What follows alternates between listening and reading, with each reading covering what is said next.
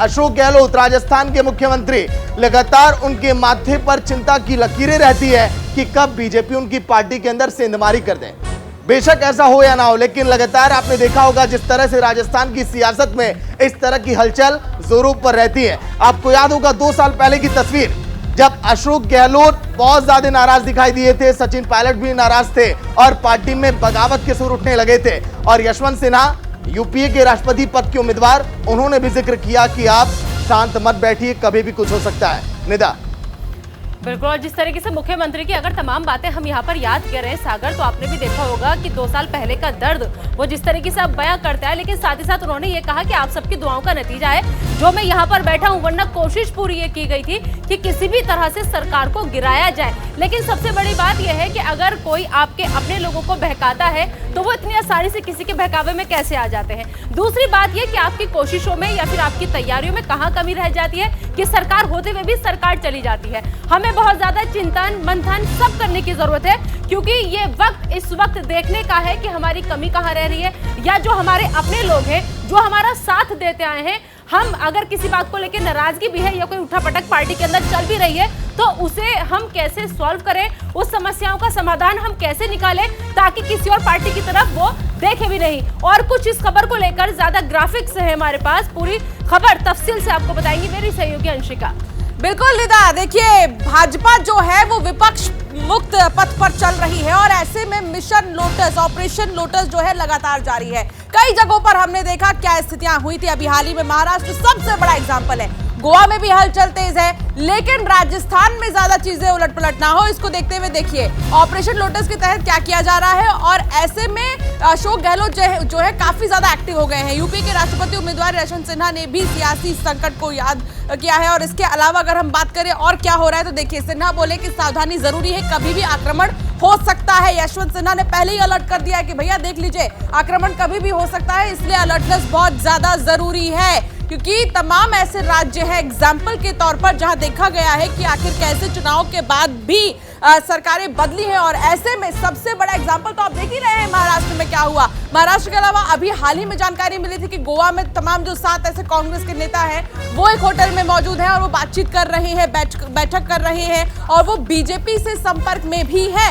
लेकिन मध्य प्रदेश को भी नहीं भूला जा सकता कि मध्य प्रदेश में किस तरीके से तमाम चीजें बदली थी। और अब ऐसे में ऑपरेशन लोटस के तहत देखिए अशोक गहलोत जो है वो एक्टिव हो गए हैं और यहाँ यशवंत सिन्हा ने सबसे पहले सावधानी की बात कही है और उन्होंने कह दिया है कि सावधानी जरूरी है, कभी भी आक्रमण हो सकता है। सागर, बिल्कुल देखिए अंशिका, सही कहा आपने, सावधानी जरूरी है कांग्रेस के लिए। रामलाल शर्मा बीजेपी के विधायक फोन लाइन पर। रामलाल जी स्वागत है न्यूज इंडिया में।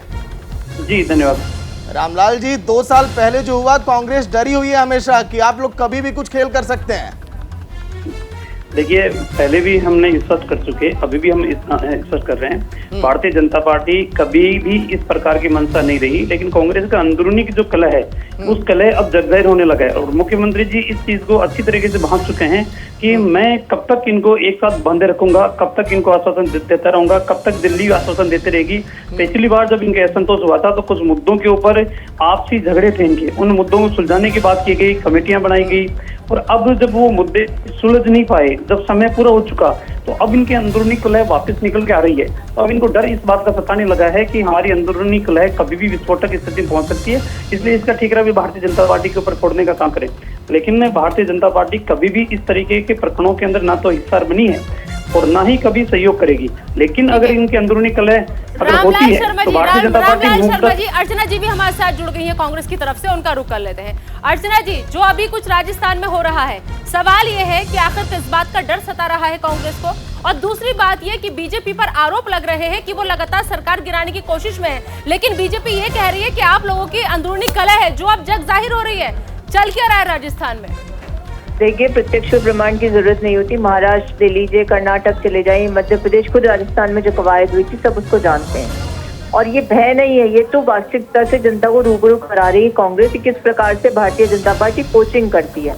और आपने देखा कि प्रशिक्षण शिविर में इनका जो माउंट आबू में चल रहा था, मैं खुद माउंट आबू में थी उस समय एक कार्यक्रम में, तो मैंने देखा कि इनकी एक ही स्ट्रैटेजी है कि किस प्रकार से सरकारें गिरानी है और आज अखबारों में छपा किस प्रकार से खरीद फरोख्त करनी है। तो जिस पार्टी का मुद्दा ये हो कैंडिडेट को मैन्युफैक्चर करना, इंजीनियर करना, अगर आपको जनादेश नहीं मिलता तो उसको अपनी तरफ लाने के लिए। लेकिन अर्चना जी, डैमेज कंट्रोल को आप लोग रोक भी तो सकती हैं। आप लोग के जहन में हमेशा डर क्यों रहता है? ना, राजस्थान तो अप्रतिम उदाहरण है पूरे भारत में कि किस तरह से राजस्थान में सरकार गिराने की कवायद हुई, जिसके सबूत दिए हमने, साक्ष्य दिए। इनके केंद्रीय मंत्री हैं, वो अपने वॉइस सैंपल नहीं देना चाहते, जो राजस्थान को उसके हक से वंचित करते हैं आरसीपी मुद्दे पर। तो राजस्थान में बह नहीं है, राजस्थान में तो इनको मुंह की खानी पड़ी है। रामलाल जी भी आपको सुन रहे हैं। अर्चना जी, देखिए रामलाल जी जवाब दीजिए इसका। अर्चना जी यही कह रही है कि आप लोग तो सेंध लगाने की तैयारी में हमेशा रहते हैं। नहीं, मुझे एक चीज बता दीजिए अर्चना जी, जब आपकी पार्टी के अंदर अंतर्कलह हो रहा है, आपके विधायक नाराज है, मुख्यमंत्री जी निकम्मा नकारा कह रहे हैं, तो उसके अंदर बीजेपी कहाँ से आ गई? और अब राजनीतिक क्षेत्र में हम काम करते हैं। राजनीतिक क्षेत्र के अंदर जब राजनीतिक परिस्थिति जो बढ़ती है, उन परिस्थितियों के अनुसार हर कोई पार्टी निर्णय लेने का प्रयास करती है। आपने राजस्थान के अंदर 2008 के अंदर सरकार बनाई तो बहुजन समाज पार्टी के 6 विधायकों को तोड़कर पूरी की पूरी पार्टी को मर्ज करके सरकार बनाई। 2018 के अंदर आपने सरकार बनाई तो बहुजन समाज पार्टी को तोड़ने का काम किया ना। तो राजनीति के अंदर आप दूसरों के ऊपर आरोपित करने का काम करो। रामलाल शर्मा जी, महाराष्ट्र आपको याद होगा, अभी हाल फिलहाल का ही वाकया है वहाँ का, उसमें भी लगातार जो बीजेपी आप कह रही है कि हम कभी किसी जगह जाके जबरदस्ती नहीं करते, महाराष्ट्र में भी ये हुआ। बीजेपी आखिरी मोमेंट तक कहती रही कि इसमें हमारा कोई हाथ नहीं है, हमारा कोई रोल नहीं है, लेकिन हुआ क्या? सबने देखा हुआ क्या? मुद्दे के ऊपर शिवसेना, जिस मुद्दे के ऊपर शिवसेना का विघटन हुआ, उस मुद्दे के ऊपर हिंदुत्व का मुद्दा भारतीय जनता पार्टी पहले से लेकर आ रही है। वैचारिक मुद्दा है उसका, उसके लिए हमेशा हम राजनीति करेंगे। और किसी भी राज्य के अंदर अगर इस मुद्दे के ऊपर कोई स्थितियां पैदा होती है तो क्यों नहीं समर्थन करेंगे हम उनका।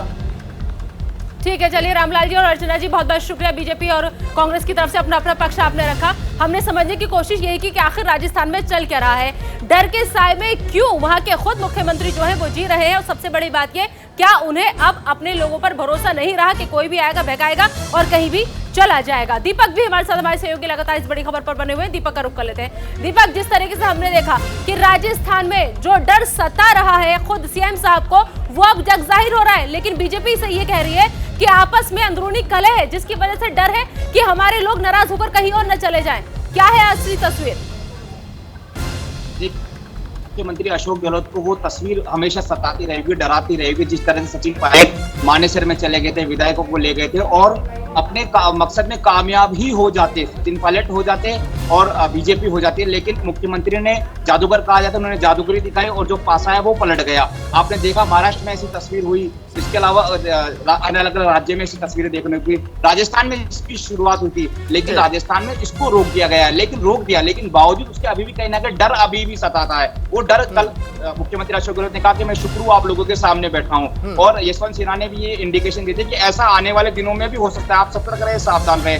मुख्यमंत्री अशोक गहलोत हमेशा से सतर्क रहते हैं, सावधान रहते हैं। बिल्कुल राजस्थान में भी कभी भी ऐसी स्थिति हो सकती है, क्योंकि अब राजस्थान में चुनाव में ज्यादा लंबा समय नहीं है, 1.5 साल बचे हैं, तो ऐसे में ऐसी स्थिति फिर से बन सकती है। बिल्कुल दीपक, राजस्थान की सियासी हलचल पर नजर बना रखेगा। शुक्रिया पूरी जानकारी।